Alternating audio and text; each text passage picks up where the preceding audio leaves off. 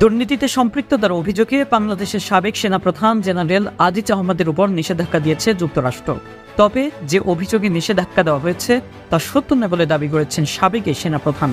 পাশাপাশি তিনি বলেছেন, এই নিষেধাজ্ঞা ব্যক্তিগত হলেও আওয়ামী লীগ সরকারের সময় তিনি গুরুত্বপূর্ণ পদে ছিলেন, তাই এই ঘটনা সরকারকেও কিছুটা হেয় করে।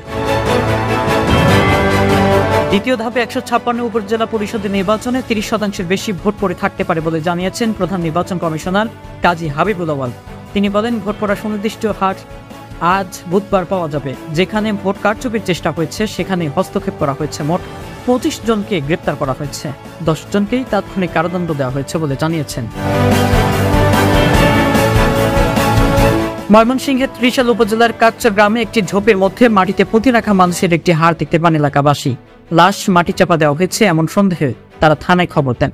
মঙ্গলবার বিকেলে রামপুর ইউনিয়নের ওই গ্রামে মাটি খুঁড়ে নারী শিশু সহ 3 জনের লাশ উদ্ধার করেছে পুলিশ।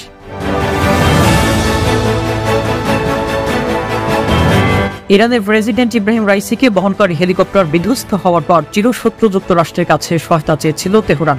মার্কিন পররাষ্ট্র দপ্তর এ তথ্য জানিয়েছে, তবে এ বিষয়ে তারা বিস্তারিত কিছু বলেনি। এই ছিল আজকের আলোচিত বিশ্লেষণ 24 সংবাদ।